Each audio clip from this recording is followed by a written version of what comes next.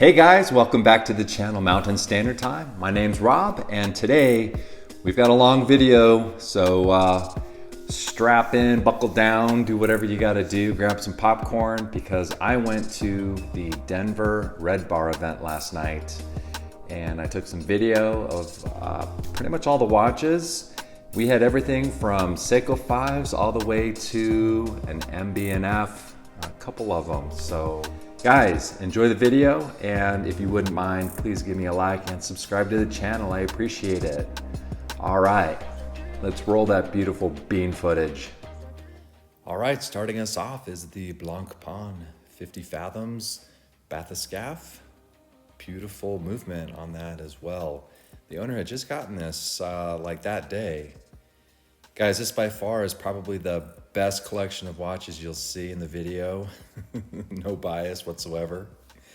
Hey, the ladies showed up. There was an Omega Seamaster vintage, and we had another one there. This is a Tag Heuer Monza. I thought it was a Panerai at first. Here we've got a nice collection of some Rolex Datejusts and Oyster Perpetuals. Somebody slipped in a Tudor there. I think we'll allow him to keep it. But very nice collection of some vintage pieces. Very nice. Nice two-tone there.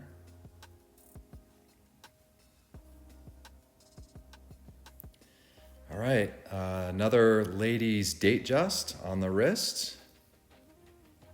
Here we have an Oris, followed by an Omega Aquaterra chronograph.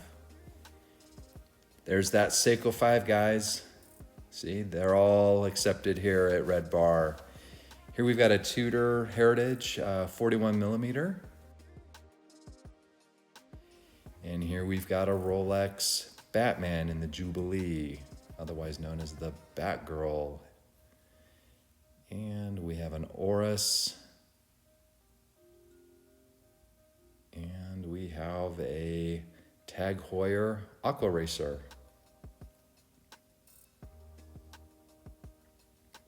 Nice collection.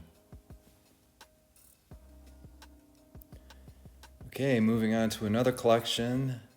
This was one of the best collections of the night. Starting off with a JLC there in the lower left, and a Zenith.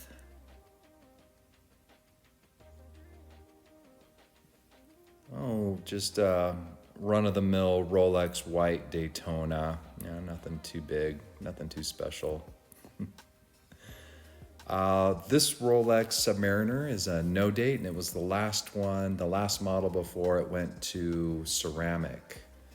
So nice pieces there. Not to be outdone, we have the Explorer 2. This is before the hands changed on it, so that's more of a vintage piece. We got a nice Rolex Oyster Perpetual. Here we have a JLC Reverso. Guys, let's see the back of this thing. Nice, look at that. Very impressive. This is an IWC Portugueser chronograph. This is a Zenith El Primero chronograph in 38 millimeter. And this is a pre-moon Omega Speedmaster. The dial has started to change colors. It's more of a chocolate dial. Very nice. This is a Universal Geneve chronograph. And here we have a vintage Mido.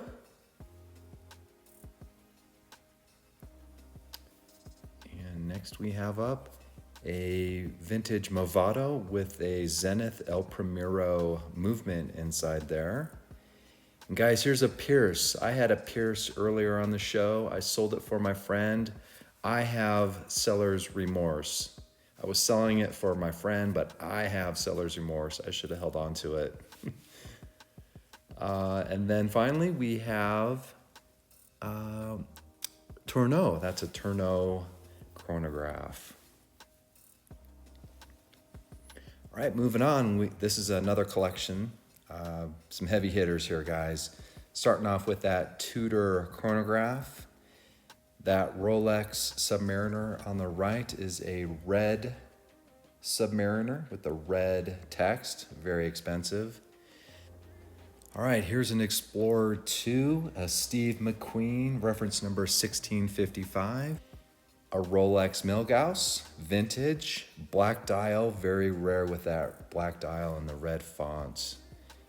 We'll come back to that later. Here we've got one of the original Explorers, Explorer 1s. Very nice. Okay, another Speedmaster. I'm sure it's vintage, has to be vintage. Next to it is a vintage Seamaster. You can see the lume on the handset. They're toast, but hey, it's a vintage. What can you say? Beautiful piece. It's a survivor. All right, moving on. This is a vintage Doxa 300T with the Beads of Rice bracelet. This one was made back in the 70s, so an original piece. Very nice. This one we have a Heuer Octavia with GMT hands. Very cool. And this one is another Movado with a Zenith movement. And there's a Heuer chronograph.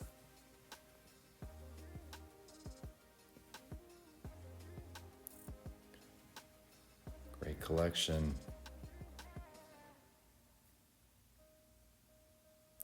Okay, now we're just gonna, pull the flap, and that's the first row already. All right, here I had to go back to that Steve McQueen 1655. That's the first one I had ever seen. It had been serviced, so the dial and the handsets are just gorgeous. So I had to go back to it. One of my favorite watches of the night. This, guys, is a Rolex Daytona, made in 1971. And here we have a modern day Tudor GMT with the Pepsi dial. Well, the only Tudor GMT has a Pepsi dial. And here we came back to that Rolex Milgauss. That beautiful black dial with the red font. Man, that just really pops. All right, moving on to another collection. We had some Oris there. We had that GMT from Tudor. Here we have a Oris 65 with the silver dial. Here we have a Doxa 300T. I noticed that all the Doxas tonight were all orange, so no different colorways. And here we've got one of their classic designed, racing-inspired Tudor chronographs. Okay, moving on to another collection. This is the Parmigiani. Beautiful watch. Oh, here's just another random white-dialed Rolex Daytona. You know, they were everywhere. I was stepping on them all night. Beautiful. That's why you go to these events, guys. You just see some really beautiful and rare timepieces. All right, here we have some watches from Messina Labs. I had never heard of these before. Apparently, they're homages of Universal Geneve watches, vintage pieces. So these are the modern remakes. I have to admit, I was a little impressed. All right, moving on, we have the Moritz Grossman here. Look at the back of this, guys. I was in awe, and I'm just gonna pause here and be quiet. We can all enjoy it.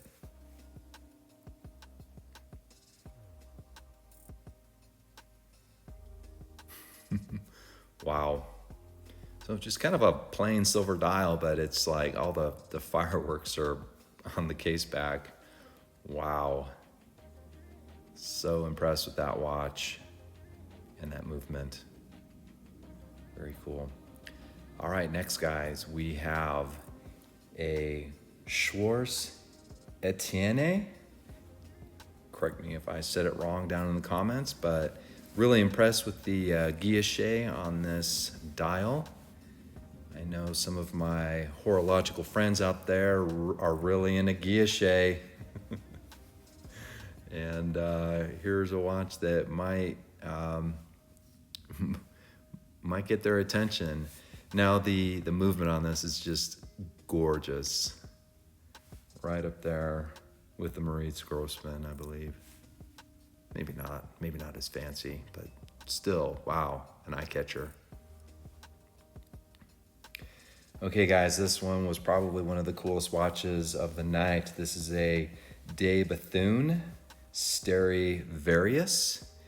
Now the constellation there on the dial, the stars, are what the position of the stars on the day that the owner was born.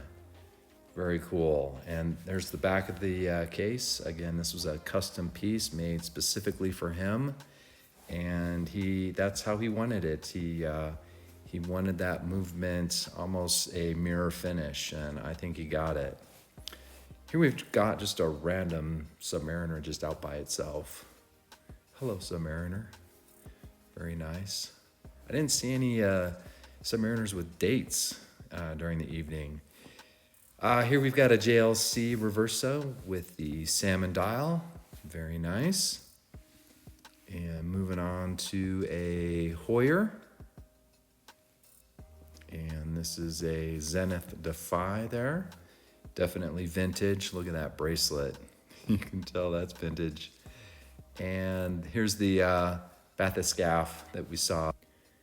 All right, guys, this is one of the stars of the night. This is a Max Busser and Friends, commonly referred to as an MB&F. This is the HM3 Mega Wind, made out of 22 karat gold.